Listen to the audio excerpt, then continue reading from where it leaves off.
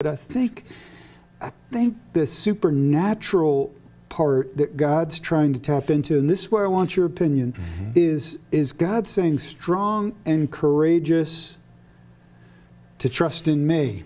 It's not going to be you, the divine warrior. You're going to have to be strong and courageous, because this is different than your genetic makeup of how you normally like to do things.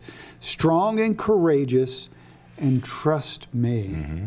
Strong and courageous, because then the second part, we'll get to in a second, is what the Lord says to Joshua about the book of the law. We'll talk about that in a second, but it's strong and courageous.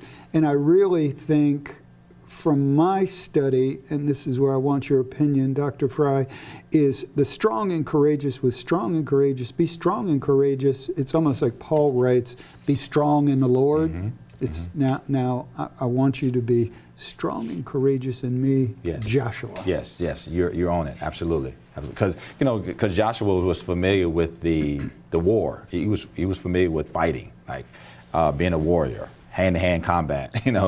Using weapons of war. Very skilled and very versed in that. But now he's stepped into another assignment, which will require another skill set. And so I believe, and I agree with you, that strong and courageous wasn't necessarily, being the strong, courageous warrior, but being strong and courageous in your confidence and your trust in me. Because when we're talking about it, and you shared it very good, Moses led a coming out. Joshua's leading a coming in. And coming out is much different than going in. Yes. Because going in, there are, as the scriptures, if you continue to read Joshua, there are some people that's already occupied your land. There's some giants. There's some strongholds in this area that God is leading you into, because the enemy wants to keep you out of the place where God has taken you. Yes.